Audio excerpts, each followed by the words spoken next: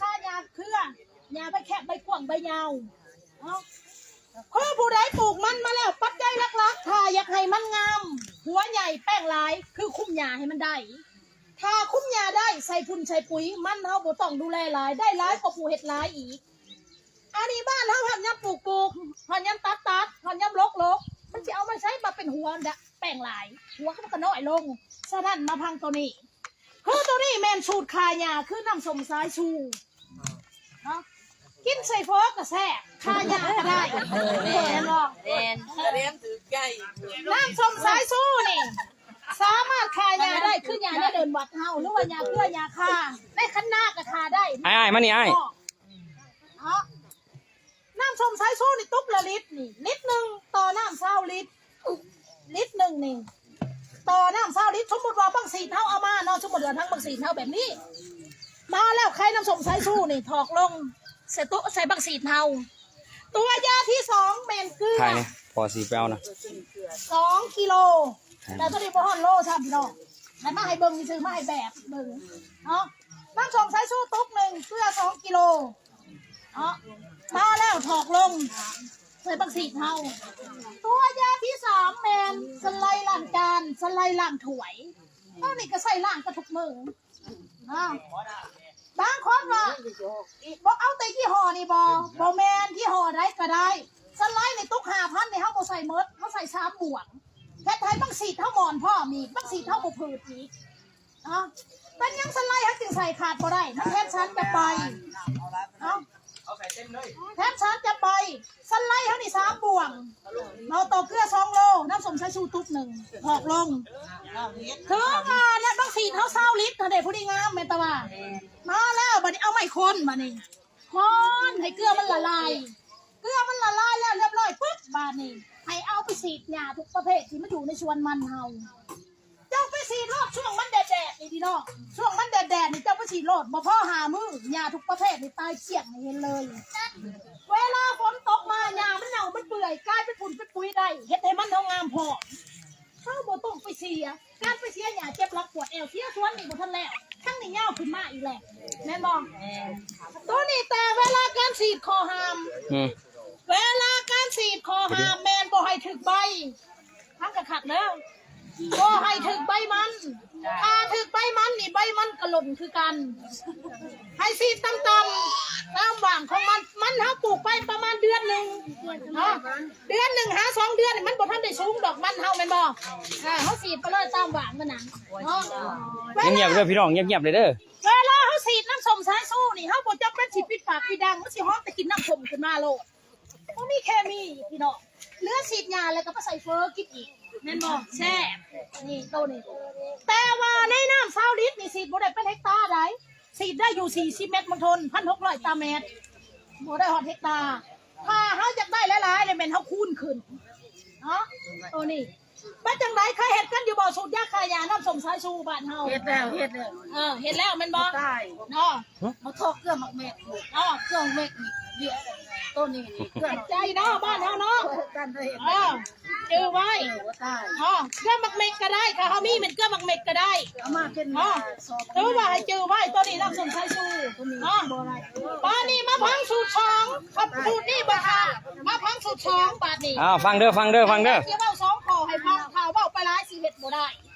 1คือน้ำมันเครื่องลิตร1น้ำมันเครื่องที่มันเผาผลาญหลบเรียบร้อยแล้ว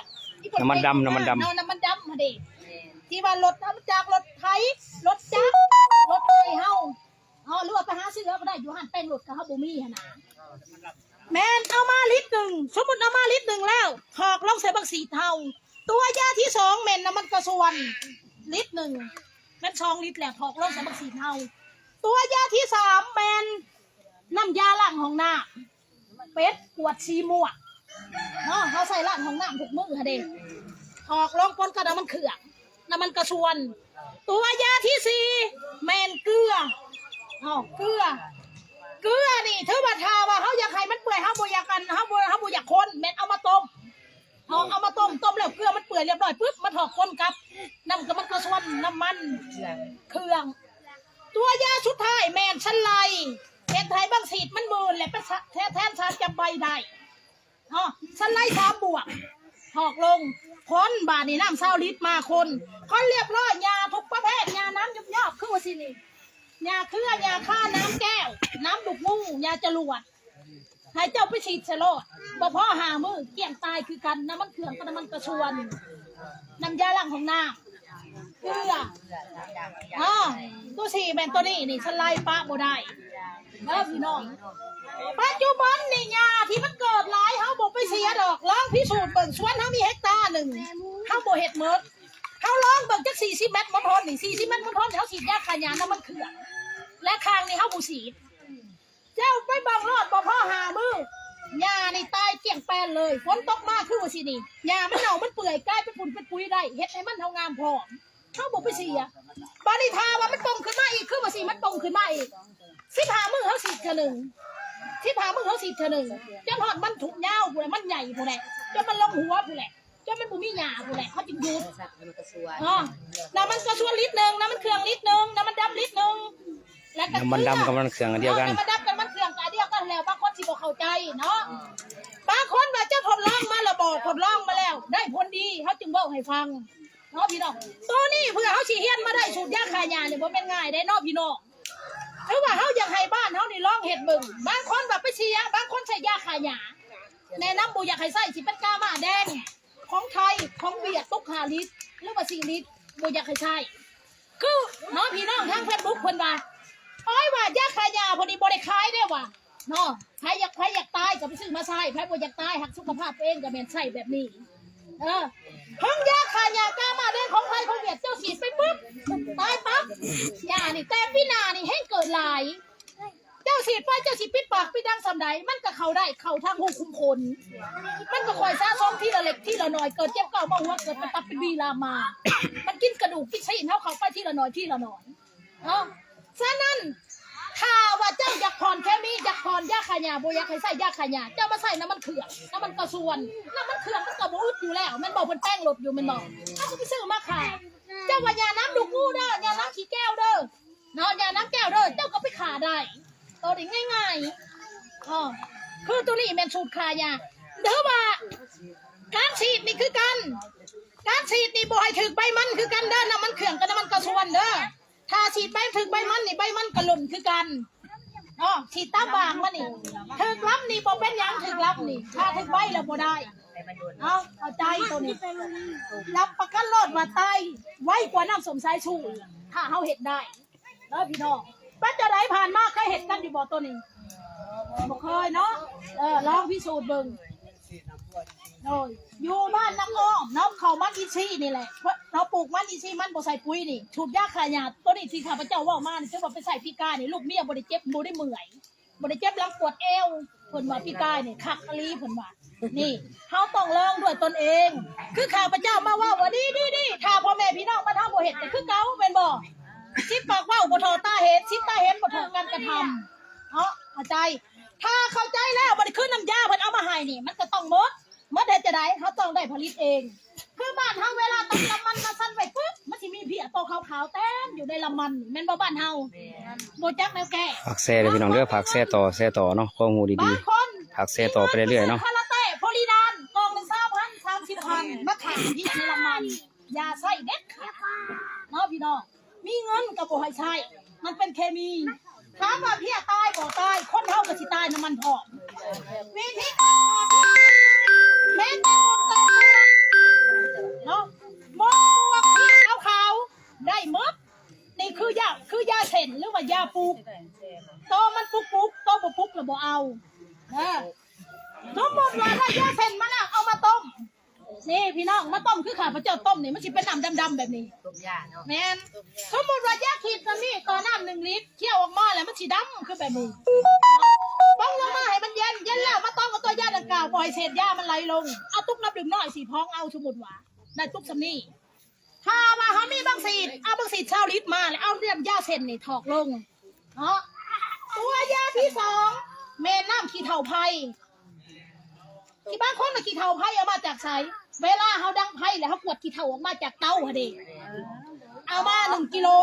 มาแล้วมาแช่ในน้ำ3 ลิตร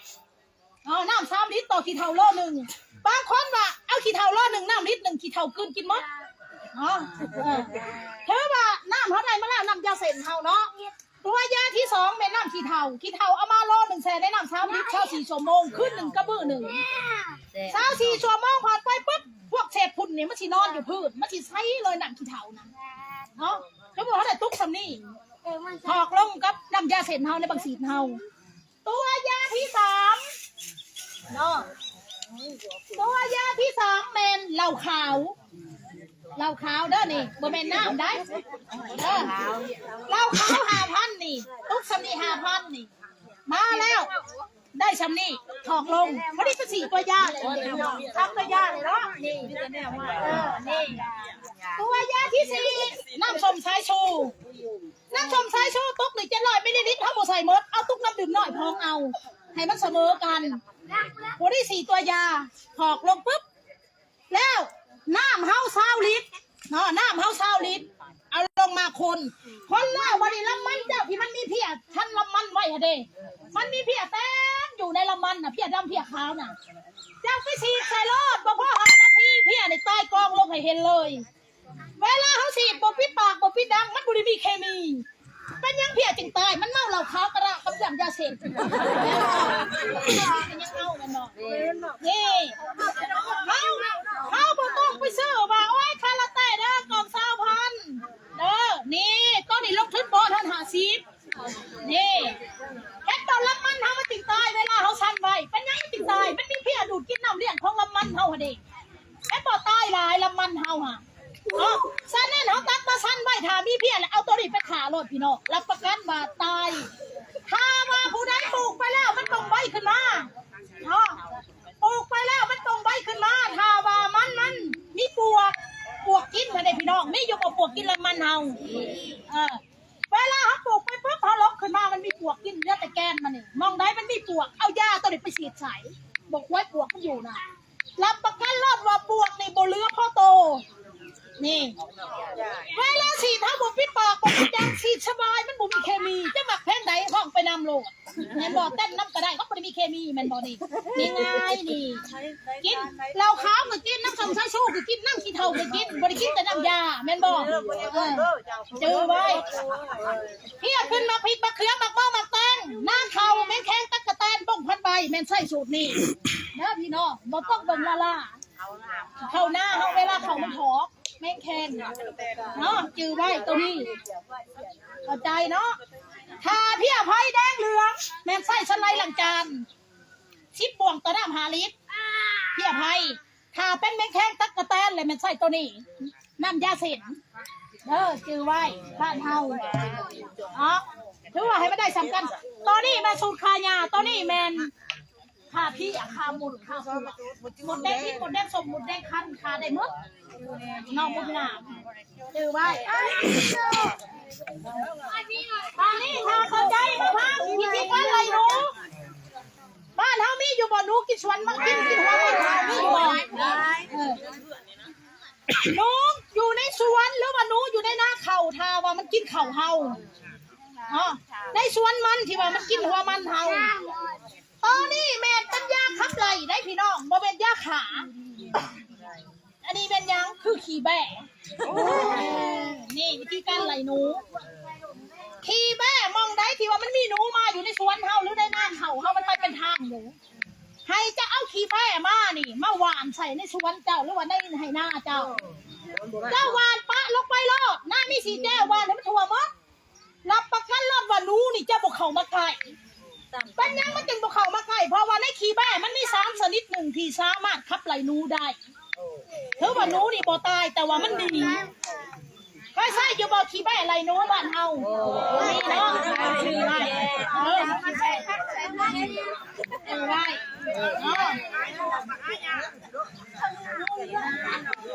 นนี้หนูอยู่ในเฮือนบ้านนี้หนูอยู่ในเฮือนแม่นตัวนี้ได้บ้านนี้ตัวนี้แม่นหนูอยู่ในสวนหนูอยู่ในเขาอันอยู่ในนาเขาขี้แบะนี่ถ้ามาสิเอาขี้แบะไปหวานในเฮือนมันก็สิเมนบ่ได้ถ้าหนูอยู่ในเฮือนเลยแม่นใช่ตัวนี้แม่นใช่พอขาโดยตรงแต่บ่แม่นมักซารี่ได้ค่ะมันมียาชนิดหนึ่งที่สามารถขาหนูได้แต่ตัวนี้เป็นตัวยาที่วันล่อให้มันมาหยวกให้มันมากินแม่นตะว่าเอามาแล้วฉันบ่ได้มักซารี่มาซำนี่ มาแล้วเขาเอาผ้ามาตัดเป็นเพียงอันนี้ก็เลยชิปป้ายเพียงเลยเราตัดเป็นวงบนถ้าว่ามักซารีมันแห้งแบบนี้เอามาจุ่มน้ำก่อนจุ่มน้ำแล้วเรียบร้อยปุ๊บมักซารีมันชุ่มและชีแนะนำบ้านเฮาว่าให้เป้าถ่านวิทยุหรือว่าถ่านไฟฉายเอากระพังวิทยุกระทานวิทยุเขาว่าแล้วได้ไฟฉายกับกระทานไฟฉายเนาะคือว่าทานวิทยุหรือว่าทานไฟฉายเฮามาแล้วเอาผ้ามาตัดเอาหุ่นดำๆทางในเด็ก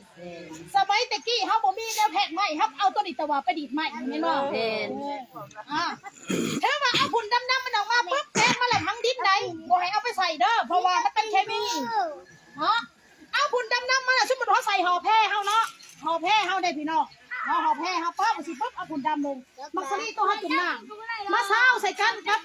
หุ่นทานไฟฉายเด้ มีเนี่ยปวดมันก็ตาย ทานไฟฉายบ่มียังปนมิตรแต่ว่าน้ำบนไฟฉายซื่อๆมาแล้วเอามักซารีตัวว่าสิเฮาผ่าเรียบร้อยเลย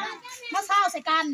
เช้าแล้วไปยายแล้วปนได้หนูมันกินได้เหล้าเข่าบ่แจ้เฮือนบ่ตู้เสียผ้าเฮาบ่ถ้าไปแย่ยายใส่รถทำประกันว่าหนูมันเข้ามากินมักซารีนี่หนูนี่จะตายตัวนี้แม่นขาหนูทานไฟฉายทากี่แม่แล้วแม่นไหล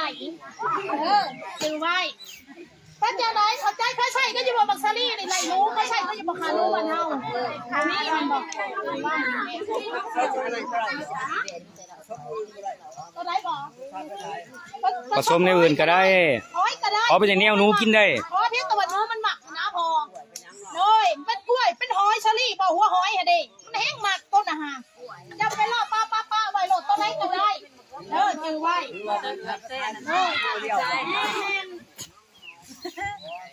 ข้านิทาเข้าใจแล้วมาพังเนาะวิธีการปลูกมันหลายชั้นเฉพาะพวกดินโบราณเจอไว้เด้อพี่น้องพวกดินโบราณในบ้านเฮานี่ปลูกมันชั้นเดียวนี่ได้แต่เงานี่แม่นบ่ลบขึ้นมาได้แต่เงาเดียวเฉพาะพวกว่าดินโบราณบ่โดนเฮกตาร์หรือว่าเฮกตาร์หนึ่งแม่ในเฮ็ดแบบนี้พี่น้องอันนี้เฮาสิได้หมดเนี่ยเฮาสิกันไว้แบบนี้เนาะพี่น้องสั้น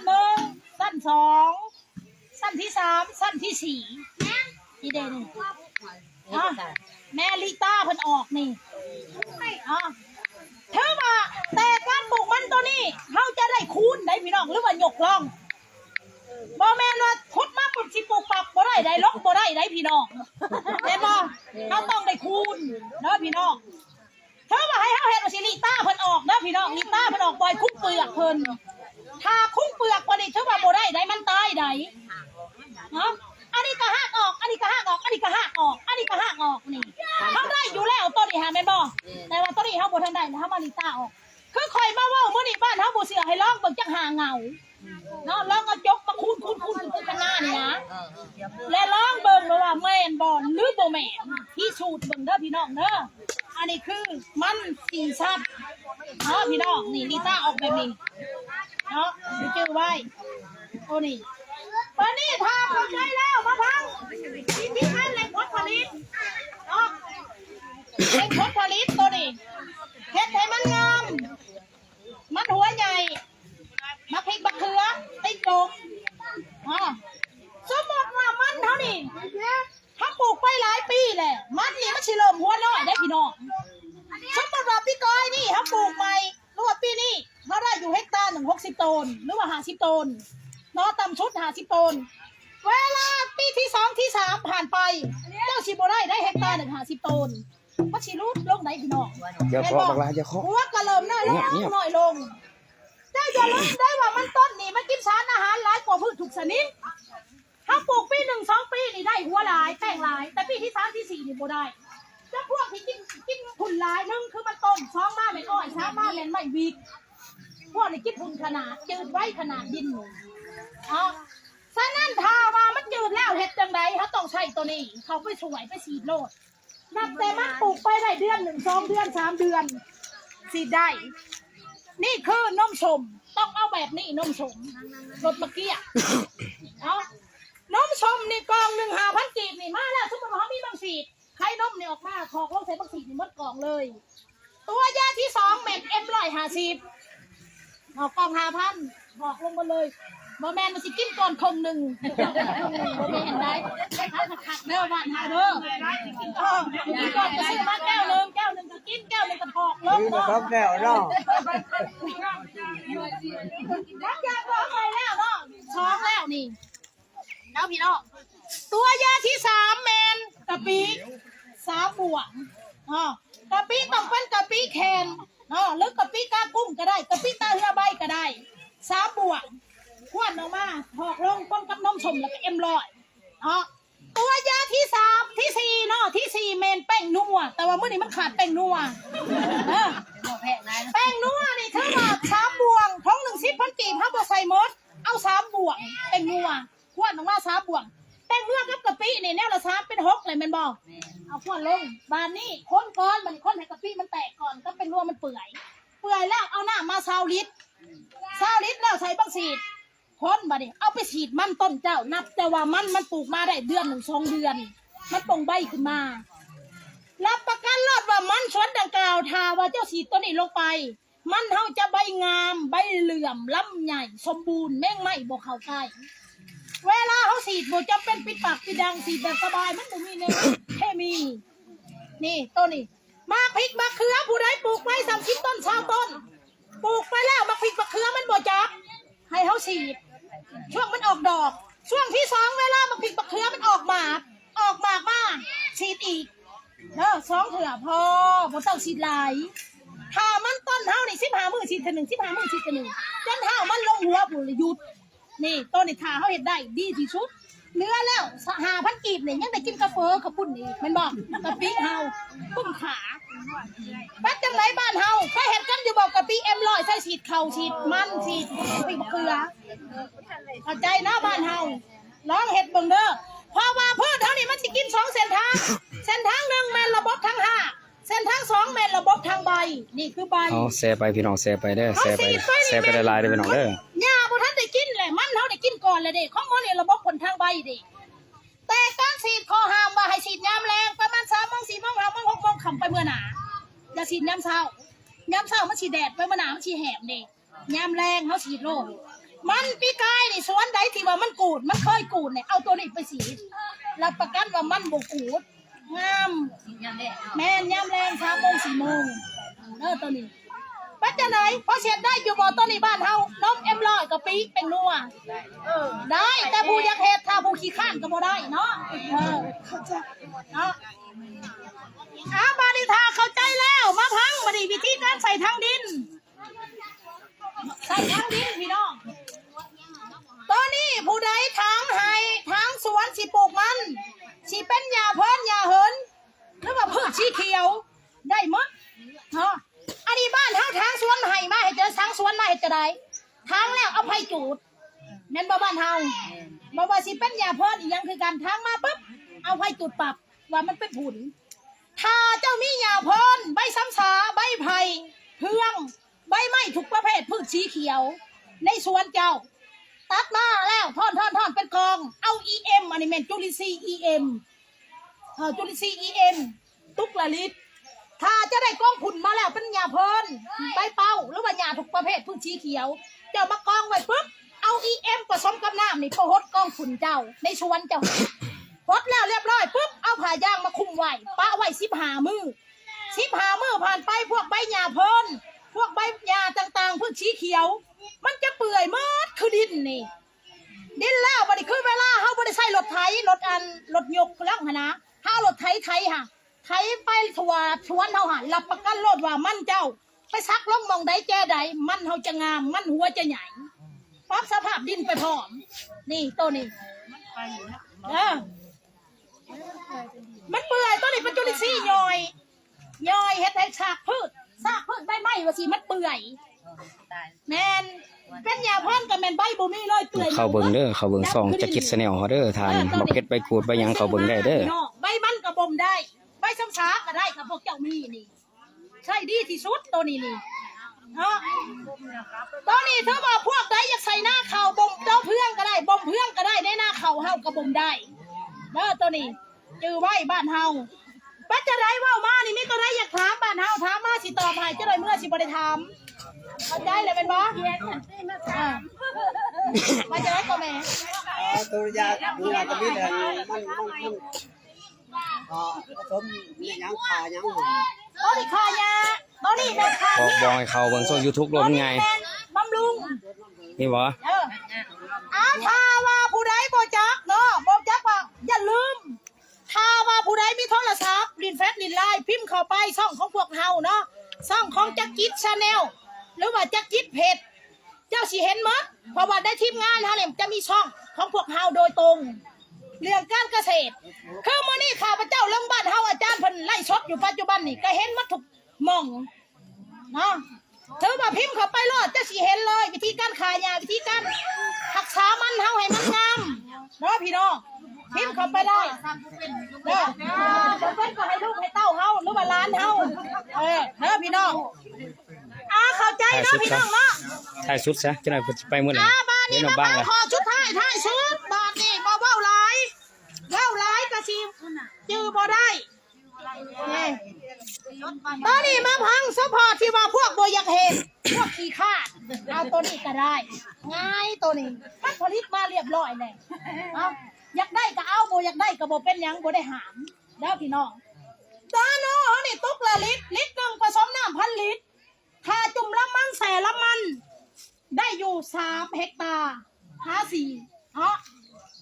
ปัจจุบันนี่ผู้ใดกำลังสิปลูกบ่อยากซีดแม่นให้ใส่จุ่มเอาแส่เอาเนาะแส่เอาแส่แล้วบ่ให้แส่ดนนาโนเฮานี่2 ผาน้ำ20 ลิตรหามันเองนี่บ่ให้ใส่หลายมีบางบ้านคือบ้านนามอนในบ้านแอมใส่หลายยันบ่คักพระพี่กายนี่พาดบอกว่าให้ใส่2 ผาแล้วพาดไปใส่10 ผาน้ำ20 ลิตรและเอาละมันลงไปจุ่ม บ่ตายดอกทางตาย บ่ตายมันบ่เป็นเคมีแตกมันแตกหลายแล้วหัวมันสีบ่หลายแม่นบ่บ้านเฮามันเกินเด้ฉะนั้นบ่ให้ใส่หลายของดีใส่น้อยหนึ่งมันก็งามนาโนเฮาส่งทั่วประเทศเด้อนาโนส่งทั่วประเทศลาวเด้อ ตีผ่ายางแล้วเอาน้ำลงเอานาโนลงใส่จุ่มมาคนก็จุ่มตะมังปลูกนี่บ่จุ่มมันเลยจุ่มน้ำลงมาสิเลยแต่บ่ให้จุ่มเดิน15 นาทีละยกขึ้น15 นาทีละเชกขึ้นอันเด้อเชกขึ้นแล้วไปปลูกเอาตัวใหม่ลงมาแช่ต่อจนมันหมดน้ำหมดแหละเป็นยังเขาจะใส่นาโนแช่การใส่นาโนแช่นี่มันเฮ็ดให้หากมันแตกดีกันปวกกินห่าแต่กันมันหัวเน่าเสื้อราทางดินแม่ต้นที่ช่วยได้ถ้าว่าภายใน5 มื้อเจ้าบ่ไปปลูกเจ้าจุ่มแล้วเจ้าบ่ไปปลูกเจ้ายังคาเวียกอยู่หากมันนี่ถือว่ามันสิออกยาวแล้วเวลาเขาไปปลูกนี่มันสิตายตอนนี้แม่ใส่แช่เอา15 นาทีอยู่ได้4 เฮกตาร์3-4ตัวนี้บ่เปลืองเด้อพี่น้องเพราะว่าถ้าว่าภายในอาทิตย์หนึ่งเจ้าซักลงดินแล้ว